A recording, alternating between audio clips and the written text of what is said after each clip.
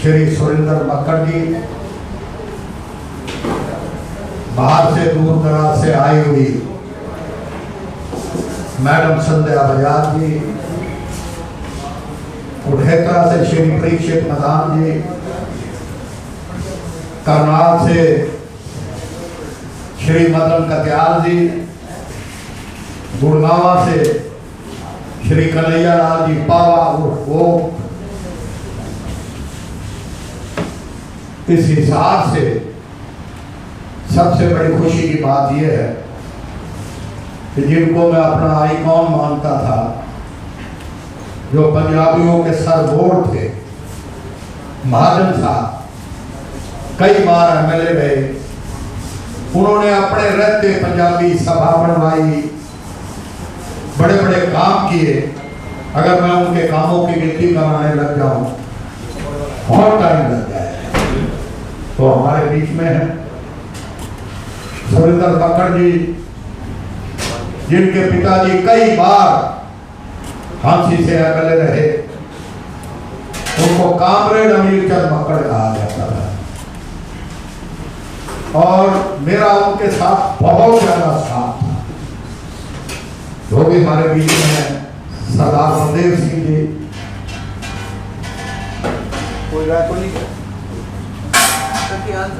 कटियाल साहब का नाम दे दिया, नंद कपूर जी, श्रीमान श्री मनमोहन कथूरिया जी, श्री अमर अरोड़ा जी, श्री रमेश लिखा जी। भाई कोई नाम रह जाए तो माफ करना, उम्र हो गई है, कई बार दिमाग से निकल जाता है। और यहाँ पर बैठे हुए मेरे आदर के योग्य मेरे पत्रकार भाइयों, उन्होंने ये कहा था आते ही कि हमें 1:30 बजे के बाद हमारे 1-2 और प्रोग्राम, इसलिए थोड़ा सा जल्दी में, वरना और भी सुझाव देते। ये बड़े चुनीदा, मेरा दामाद सुशील जुनेजा बैठा है, विजय दत्ता जी बैठे हैं, तो कम लोगों को बुलाने का आइडिया ये था कि बैठ के जरा अच्छे तरीके से विचार विमर्श करें। क्या 47 के बाद कितने साल हो गए हमने इस इलाके को, प्रदेश को कल्चर दी, उद्योग दिए। एग्रीकल्चर में मैं आपके सामने खड़ा हूं, 1 एकड़ जमीन के अंदर 102 मन गेहूं पैदा हमने रोहतक में बहु अकबरपुर फार्म हाउस में किया था और हमें पद्म श्री का अवार्ड मिला था, कृषि पंडित की पदवी मिली थी। आज उद्योग के अंदर मुजाहिद जैसे, ऑटोमोबाइल के अंदर राहुल बजाज जैसे, जिन्होंने पूरी दुनिया के अंदर हाईएस्ट रेशो में उन्होंने कितने ऑटोमोबाइल के अंदर कीर्तिमान साबित किया। ये इंडिया, इसके अंदर अगर मैं कहता हूं खास तौर पर अगर पंजाबी कल्चर ने, हमने इस इलाके को कल्चर दी, हमने इस इलाके के अंदर बहुत बड़े बड़े उद्योग दिए, इस इलाके की तरक्की के लिए हमने, चाहे एग्रीकल्चर का फील्ड हो, चाहे बिजनेस हो, चाहे व्यापार हो, हमने बढ़ चढ़ के काम किया। लेकिन 47 के बाद आप देखो जरा छाती पे हाथ रख के कि आदमी एक कुटिया छोड़ के नहीं जा सकता। हमने लाखों करोड़ों का व्यापार, खेत खलियान हमने वहीं छोड़ के देश प्रेम से ओत-प्रोत होके हमने डिसीजन लिया कि नहीं, हम पाकिस्तान में नहीं, हम हिंदुस्तान में जाएंगे। ये कोई छोटी कुर्बानी नहीं है, बहुत बड़ी कुर्बानी है। अपना सब कुछ छोड़ के आ जाना, कि बहुत बड़ा देश प्रेम, मैं तो कहता हूं कि, और फिर उसके विपरीत कोई भी कौम खड़ी होती है, आरक्षण की मांग करती है, लेकिन हमने कभी भी आरक्षण की मांग नहीं की और कभी किसी के आगे हाथ नहीं फैलाए। सिर्फ पुरुषार्थ और मेहनत में यकीन रखा। पार्टीशन के बाद जिसको कुली का काम करना पड़ा उसने कुली का काम किया, जिसको रिक्शा चलानी पड़ी उसने रिक्शा चलाई, फड़ी लगाई, दुकान खोली, छोटी छोटी लघु उद्योग के काम किए और कर करके मेहनत सभी अपने अपने आयाम में टॉप पर गए। आज नौकरियों के अभाव की वजह से आपको बिल्कुल सही बात बताना चाहता हूं। मेरा पोता भी कनाडा गया हुआ है। आज लोगों में एक भावना है नौकरी तो है नहीं, डबल एमए कर लो, पीएचडी कर लो, कुछ भी कर लो, टेक्नोक्रेट इंजीनियरिंग कर लो, लेकिन नौकरी नहीं है। कारण क्या है? क्यों लोग विदेशों की तरफ भाग रहे, क्यों मल्टीनेशनल की तरफ जा रहे हैं? उसके पीछे सबसे बड़ा रीजन ये है कि हमारे समाज को नौकरियों के मामले में बिल्कुल पीछे रखा। आज आप कहीं भी जाकर देख लो, पब्लिक हेल्थ के डिपार्टमेंट में चले जाइए, पीडब्ल्यूडी के डिपार्टमेंट में चले जाइए, इरिगेशन के डिपार्टमेंट में जाके चले जाइए, किसी भी यूनिवर्सिटी में जाके चले जाइए, आपको अगर 5% भी हमारे समाज के आदमी मिल जाए तो वो कह देगा। ये मेरा अपना सर्वे है। इसके पीछे कारण क्या है?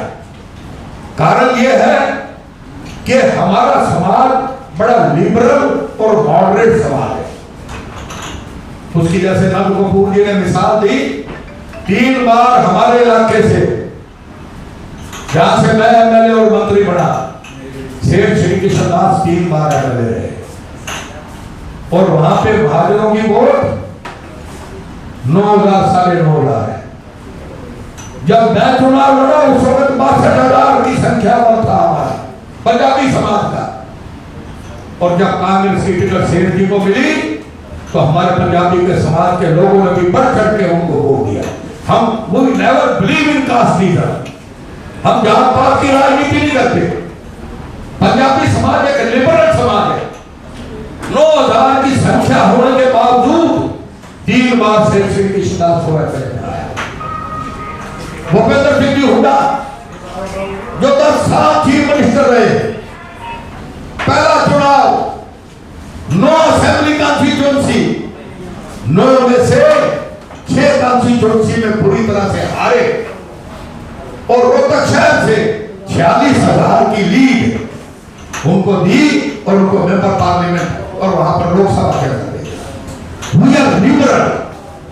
हम कास्ट पॉलिटिक्स में यकीन नहीं रखते, लेकिन हमें यह भी सोचना पड़ेगा कि आज इतने साल 70 साल से ज्यादा हो गए, आज हमारे समाज को अगर रिक्रूटमेंट में कहीं भी नहीं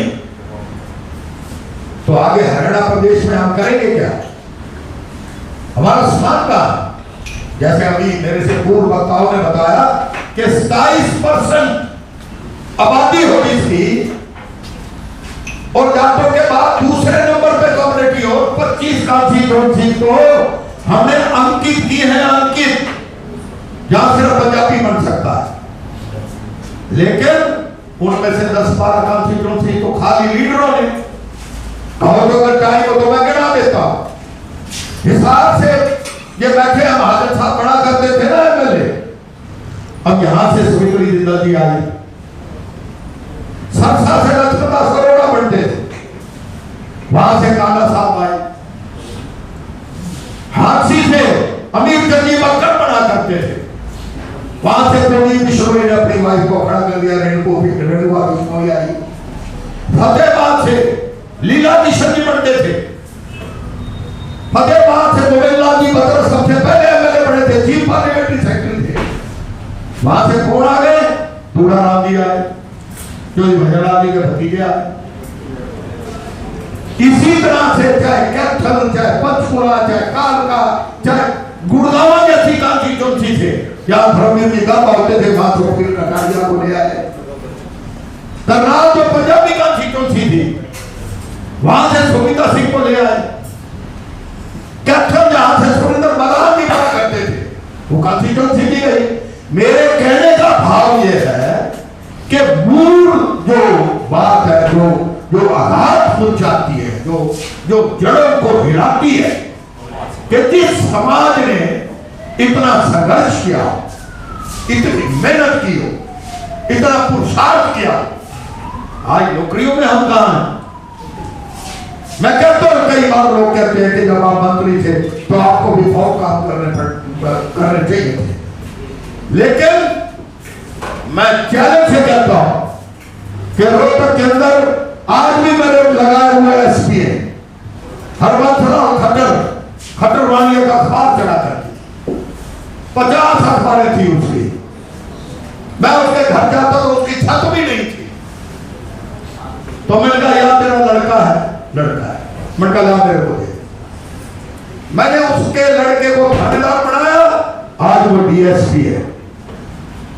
धवन वो एएसआई था, टेररिस्ट अटैक हुआ, मैंने कैबिनेट के अंदर उसका मसला उठाया, उसको एक रैंक ऊपर दिया, जो एसपी रिटायर हुआ।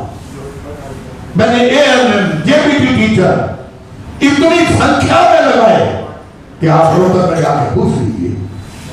मेरे कहने का मतलब यह है कि अगर रिक्रूटमेंट में हमारे समाज के एमएलए नहीं होंगे, हमारे समाज के मेंबर पार्लियामेंट नहीं होंगे, हमारी नुमाइंदगी राज्यसभा में नहीं होगी, तो हमारे मसलों को उठाएगा कौन? तो इसलिए ये आज जो जरूरत पड़ी है हमें ये मीटिंग करने की, मैंने कहा है, अभी मेरे से पहले बोर्ड जी ने, जो मेरे दोस्त हैं, उन्होंने कहा कि मैं आपके सामने कहता हूं मेरी कोई इच्छा नहीं है, मैं एमएलए भी नहीं बनना चाहता, मैं एमपी भी नहीं बनना चाहता, लेकिन हमारी संतान, हमारे लोग जब हम दुनिया से जाएं तो ये न कहें कि एमएलए बने थे, मंत्री बने थे। क्या यही एक चीज है? मैंने फैसला किया मैं चुनाव ही नहीं लड़ूंगा, मैं समाज की सेवा करूंगा, समाज के लिए आगे बढ़ूंगा, समाज को साथ लेके चलूंगा। आज आपके बीच में ये 11 मेरे नगीने बैठे हैं जो हमारी वर्किंग कमेटी के मेंबर है। कोई तो कुरुक्षेत्र से आया है, कोई करनाल से आया है, कोई गुड़गांव से आया है, कोई फरीदाबाद से आया है। ये आए हैं, वो कहते हैं ना थोड़े थोड़े थोड़े थोड़े करके ये हजूम इकट्ठा हो जाएगा।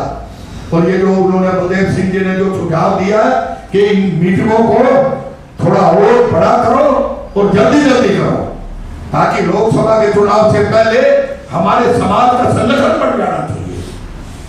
हमारे समाज के लोगों की, आपको मैं कंस्टिट्यूएंसी गिनाता हूं जहां 50% से ज्यादा पंजाबी लोग हैं। ये नहीं हिंदू और उन्हें खतरी नहीं, मजहबी सिख है। हमने अपनी जो 5 सूत्री प्रोग्राम जो हमने रखे हैं, वो अगर पत्रकार भाई रखे वो तो मैं उनको प्रेस कॉन्फ्रेंस में हम कहेंगे, सारे मिलकर आपको बताएंगे कि हमने ये भी रखा है कि जो सेकंड लैंग्वेज पंजाबी रखी गई थी वो कंपल्सरी नहीं है। हमने गुरमुखी पढ़ रखी है, मैं गुरमुखी के चिट्ठियां लिख सकता हूं और मैं ये कहता हूं कि सेकंड लैंग्वेज भी कंपल्सरी होनी चाहिए, बच्चों को पढ़ाया जाना चाहिए। हमारी कल्चर समाप्त नहीं होनी चाहिए, हमारी कल्चर का बढ़ावा होना चाहिए। आज 10 से 12 कंस्टिट्यूएंसी सिख कम्युनिटी की है, आज 25 कंस्टिट्यूएंसी पंजाबी समाज की है। अगर ये सारे का चौधरी देवीलाल जी ने संघर्ष शुरू किया था तो वो मूर्ख नहीं थे, देश के डिप्टी प्राइम मिनिस्टर रहे। उन्होंने रोहतक में डॉक्टर मंगल सैन जी जो हमारे पंजाबियों के नेता थे उनको साथ लिया और संघर्ष का आह्वान किया, उनको डिप्टी चीफ मिनिस्टर बनाया और 90 में से 85 सीट लेके आए। जिसने भी पंजाबियों का साथ लिया, चौधरी भजनलाल अकेले पहले थे विश्ववी समाज के, लेकिन पंजाबियों का चेहरा मोरा बना रखा था और हंगेला कहते थे मैं पावरपुर से आया हूं, और उन्होंने 11 साल राज किया और 11 मंत्री बनाए। तो मेरे कहने का भाव यह है कि हम सब मिलके आज की बातों का निचोड़ यह है कि यूनिटी में ही दम है, इकट्ठ में ताकत है। यह अभी मैडम संध्या बजाज जी ने कहा, महिला में तो बहुत ताकत होती है।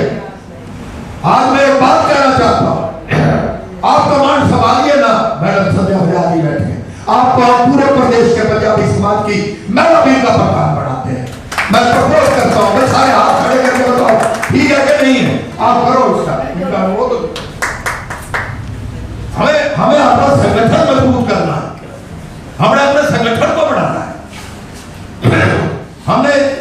महेंद्र नारायण जी को, यहाँ की जिले का, हिसार जिले का, वहां पर अनाउंसमेंट करी थी, इनको प्रधान जिला पंजाबी ये बनाए, अपने ब्लॉक बनाए, सुरेंद्र मुखर्जी से मिलकर ये बनाए, ये तैयार है। हमने इसी तरह से मदद कब्याल जी बैठे हैं, इनको प्रधान का, करनाल का प्रधान बनाया, ये सुरेंद्र मुखर्जी बैठे हैं, ये जो मैं अपनी प्रधानता भी नहीं चाहिए सुरेंद्र मक्कड़ को दो, ये अभी तक मुखर्जी के बेटे हैं। हर चीज जब तक सैक्रिफाइस की भावना नहीं होगी, जब तक बलिदान की भावना नहीं होगी, जब तक हर चीज त्यागने की भावना नहीं होगी, तब तक हम लड़ाई में सफल नहीं हो सकते। वो कहते हैं ना, पूर्वा हवाएं होती हैं ऊंचा उठाने के लिए। कई टेलीफोन आए मेरे पास, कई इनके पास भी आए होंगे। आज कई प्रोग्राम है, किसी का विपक्ष आपके द्वार है, हमारी कांग्रेस पार्टी का प्रोग्राम है, हम वहां जाना चाहते थे, हमारे कुछ साथी भी जाना चाहते थे, लेकिन नहीं, हमने प्रायोरिटी अपने समाज को दी। हमने कहा हमारा समाज उठेगा तो हर चीज उठेगी। तो इसलिए मैं ज्यादा कुछ ना कहते हुए, मैंने पूरा ब्रीफ में, संक्षेप में, आज हमारी तीसरी मीटिंग पार्लियामेंट्री हल्के की यहाँ हिसार में हमने की है। इनके लिए तो हृदय की गहराइयों से महेंद्र नारायण जी का, सुरेंद्र मक्कड़ जी का धन्यवाद करता हूँ, शुक्रिया अदा करता हूँ। उसके बाद गुड़गावा में जो एलसीआर एरिया का गढ़ है, और वहां हमारी सारी टीम के अंदर सबसे सशक्त मजबूत हमारा साथी कन्हैया लाल जी पावा, वो भी खड़े हैं। हम गुड़गावा में आएंगे, जरा खड़ा हो गए, ठीक है, अप्रूव करते हो कि नहीं भाई? हाथ खड़े करके बताओ, क्यों नहीं? आप लोगों ने तो आना है, लेकिन एक सुन लो, गुड़गावा के अंदर इसमें इस मीटिंग से 4 गुना संख्या गुड़गावा में होगी, और पूरी प्रेस कॉन्फ्रेंस डट के बोलेंगे। गुड़गांव के बाद सरसा, सरसा के बाद भिवानी, भिवानी के बाद फतेहाबाद, हमें कोई इलाका नहीं छोड़ना। सोनीपत, पूरे इस पार्लियामेंट्री हल्के के, हरियाणा के सभी हल्कों में जाएंगे। और भाई आपको अगर यही आपका जज्बा और डिटर्मिनेशन रहा, लोकसभा के चुनाव से पहले सभी पार्टियों के मुखिया, चाहे बीजेपी हो, हमें किसी का कोई विरोध नहीं, हम पार्टी लाइन से ऊपर उठ के चल रहे हैं। हम सम्मान करते हैं मनोहर लाल खट्टर जी का, लेकिन हमने कहा है कि आप बताइए जरूर कि 8.5 साल के अंदर हमारे समाज के लिए आपने क्या किया।